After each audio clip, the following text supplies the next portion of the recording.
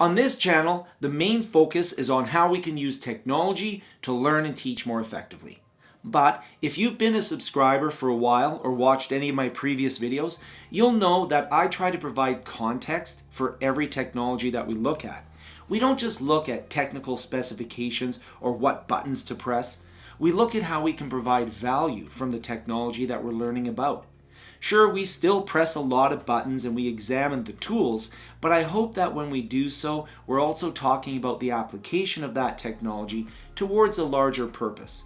And this video is a little different. In this video, we're going to dive a little bit deeper.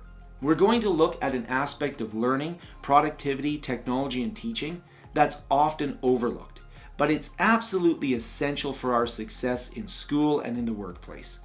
Many years ago, when I was just a young Frank and I had jet black hair, I used to read an incredible magazine called The Whole Earth Review.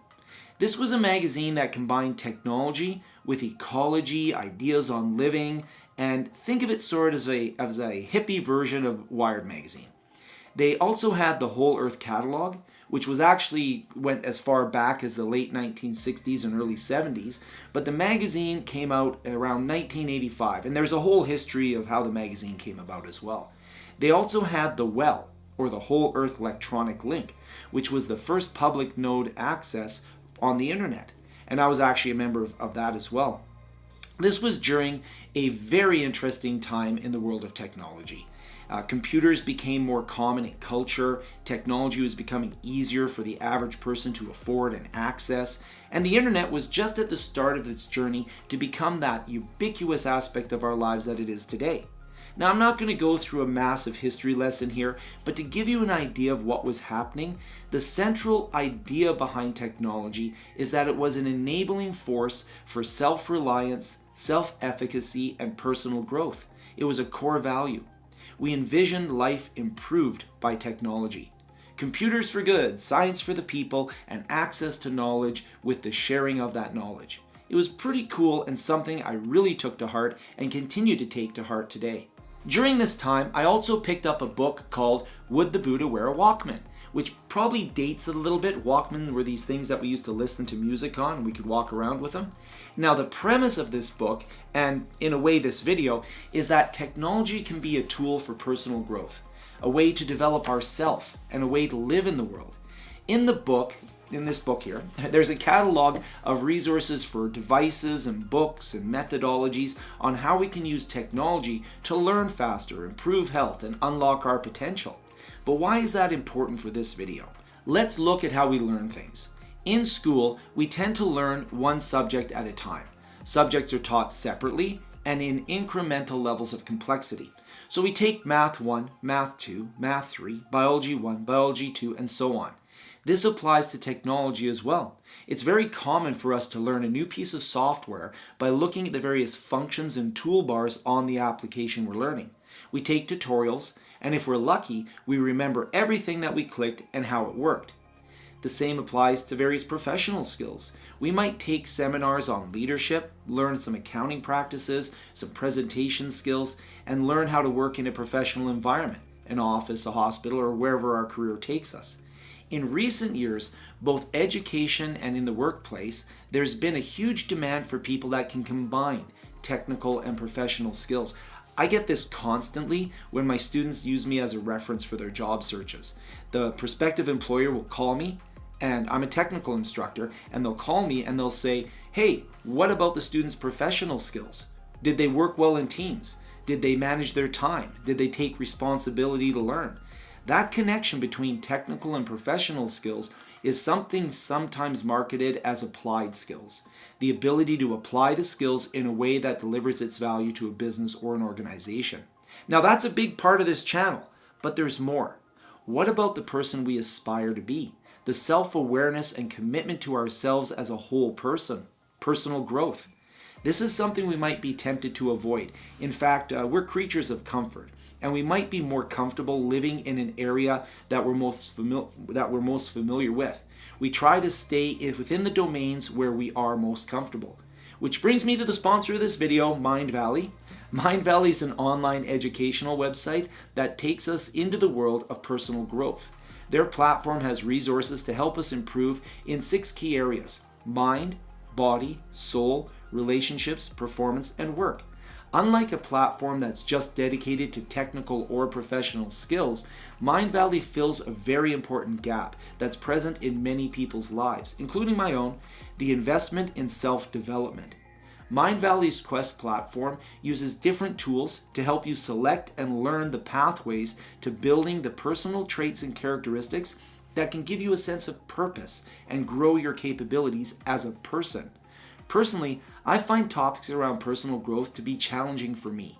I need the help of experts. The Mindvalley platform has an incredible set of personal growth experts, best-selling authors, lifelong practitioners, experts in their fields. Now, a few years ago, I made an effort to work on some personal growth things for myself, specifically related to losing weight. I was on my own in many ways, and I just happened to get lucky with the gym that I joined. I lost 50 pounds. It dramatically affected many areas in my life. At that time, I didn't have a platform like Mindvalley. I sure wish I had. Mindvalley is a great resource to find many personal development things in one place, taught by experts. My personality is one that tends to shy away from some of these topics. I stick to my comfort zone: technology, business. And Mindvalley is a way to help people like me. It allows me to work with topics on improving my mind and my ability to learn more effectively. So I'm pretty excited about Mindvalley and some of the things it can do. I'm excited to start their meditation programs, for example. Again, this is something way outside of my comfort zone for the most part, but the more I've looked at meditation, the more I've looked at it, the more it makes sense to do it. The benefits have a lot of structured research rooted in science. So Mindvalley can help us with this, and it fits into the topic of this video: balance, and something that I refer to as intersectional learning. Mindvalley is going to be my way of working on personal development. So when we combine technical skills, professional skills, and personal growth, we begin to create a purpose for our actions. This happens because we aren't just combining technical and professional skills in an applied way, but we're bringing in a better self into the process.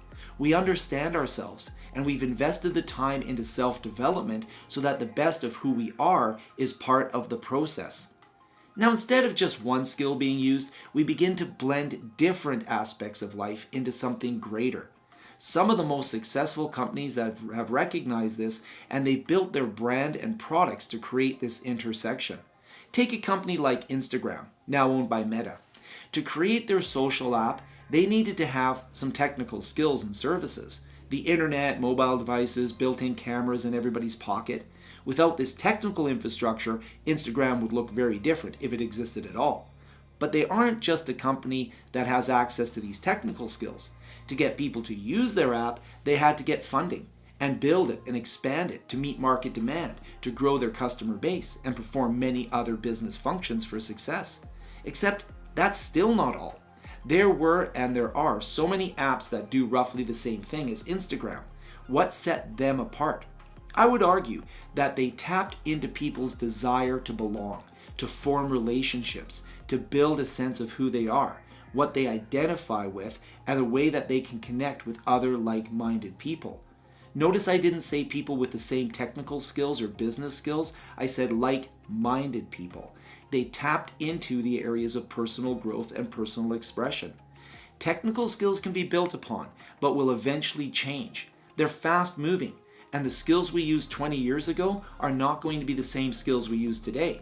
As an experienced technical professional, I know what I learned in the past is a foundation, but the specific skills are long gone. I no longer work with Novell networks, Fortran 77, and Banyan Vines. Look them up.